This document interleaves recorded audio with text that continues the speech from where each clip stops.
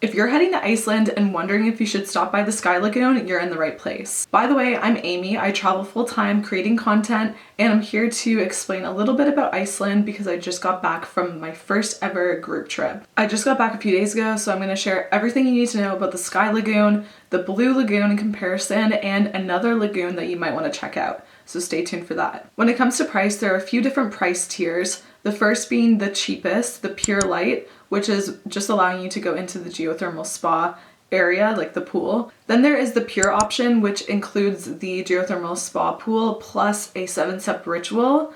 And then there is the Sky option, which includes both of those plus private changing rooms. And while the prices change depending on the option you choose, they also depend on the day that you book and the time that you book. When I was going through different options trying to find a price, it was differing depending on early in the day, middle of the day, end of the day, so make sure you keep an eye out for that.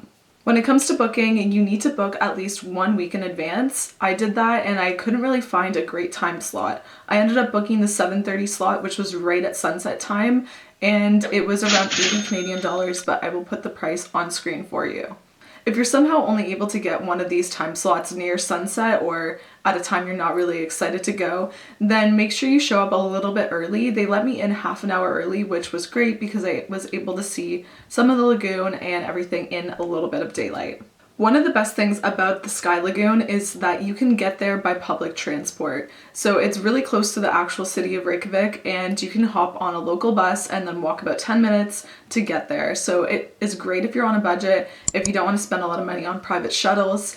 And it takes about the same time to get there as it would with a shuttle, maybe a little bit slower, but in my opinion, it was worth it. You do need to download the local app, and then on that app, you will need to purchase tickets right as you get on the bus, because if you can't sign in and create a user, which a lot of international numbers can't, then you have to kind of do it right before, or it will get rid of the QR code that you need to scan. Alternatively, you can book a shuttle with Reykjavik Excursions, and that can pick you up from your hotel or hostel and bring you back directly. My overall experience of the Sky Lagoon was that it was nice. They had a waterfall. It was really nice because they had the infinity pool as well that overlooked the ocean, and I thought it was a good place. Like, it wasn't too crowded. It had a good amount of people. It wasn't empty at that time of night, but it wasn't overcrowded where you couldn't enjoy it.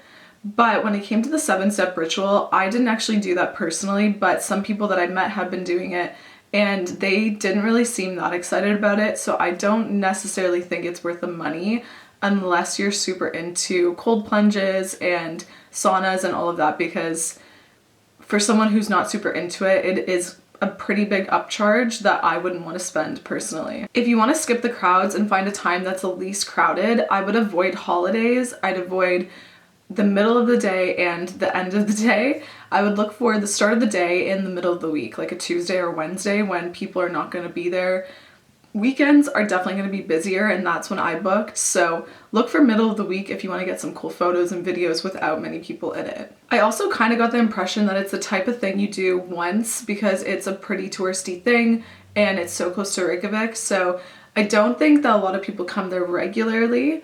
However, it was nice to do once, and we saw a really amazing explosion from afar, actually close to where the Blue Lagoon is. Apparently it happens once or twice a year, and they had been waiting for it to happen for a few days when we arrived. So I actually thought it was a sunset peeking through the clouds at first because it happened right around sunset time, and soon realized that it was an explosion, and it was incredible, like just really cool to see the lava even though it wasn't close up. I didn't expect that, and that really made my experience a lot better. If you're not sure whether or not you should go to the Sky Lagoon or the Blue Lagoon, let me fill you in, because I went to the Blue Lagoon back in 2017, so it has been a little while, but from memory, it wasn't that different to the Sky Lagoon. The main difference was the price, so I'll leave the price in the Icelandic krona for you, and you'll see it's a pretty big difference. So that was a main difference for me. Of course, the Blue Lagoon has the bright blue water, but when I went, I also got a time slot that wasn't amazing. It was in the evening because I didn't prepare ahead of time, and you could see the water, but it wasn't like you see it during the daytime. So yeah. And when it comes to transportation, you need a car to get there. You can get transfers from the airport and from hotels and specific shuttle companies, but you can't do public transport. So that's another thing that will add up and add on to the cost that you're already paying. And while it is a cool experience, I don't think it's necessarily better than the Sky Lagoon, and the Sky Lagoon is easy to access from Reykjavik. So overall, the Sky Lagoon is definitely a better bang for your buck, so I would personally recommend going there over the Blue Lagoon. Another option when it comes to lagoons is the Secret Lagoon, which is said to be the oldest swimming pool or swimming area in all of Iceland. And I'm not gonna lie, it definitely seems like more of a local spot. You saw a lot more locals there. There were still tourists and groups of friends and people, but it wasn't as busy. I really loved it because the ground was like little black pebbles and rocks, so it felt really nice on your feet. And the surrounding area was stunning. They had these like little tiny houses on the side, like miniature houses, and a path that you could walk around and see like mini geysers as well. So I thought that was really cool. And the price is probably half of what it was at even the Sky Lagoon. So if you're after a budget option and if you're staying or going to the Golden Circle area, it's really close to there, and I would check that out because you get so much more for your money. And I would argue that that might actually be the most picturesque lagoon. So that brings us to the question, is the Sky Lagoon worth it? Personally, I would say it's not really worth the money, but that's coming from someone who isn't super into these geothermal spas, baths, lagoons. If you are super into it, you will love it. It is like a gorgeous spot. But if you're not really into it and you're on the fence, it might not be worth the money, and I would actually recommend checking out the Secret Lagoon instead, just because the price point is a lot lower. If money isn't an option, then go for it. I think it was nicer than the Blue Lagoon.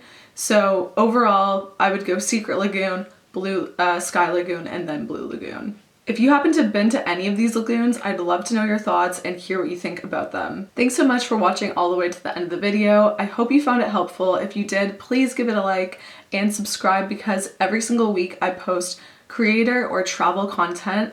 So stay tuned for that, and I'll see you in the next video. Bye.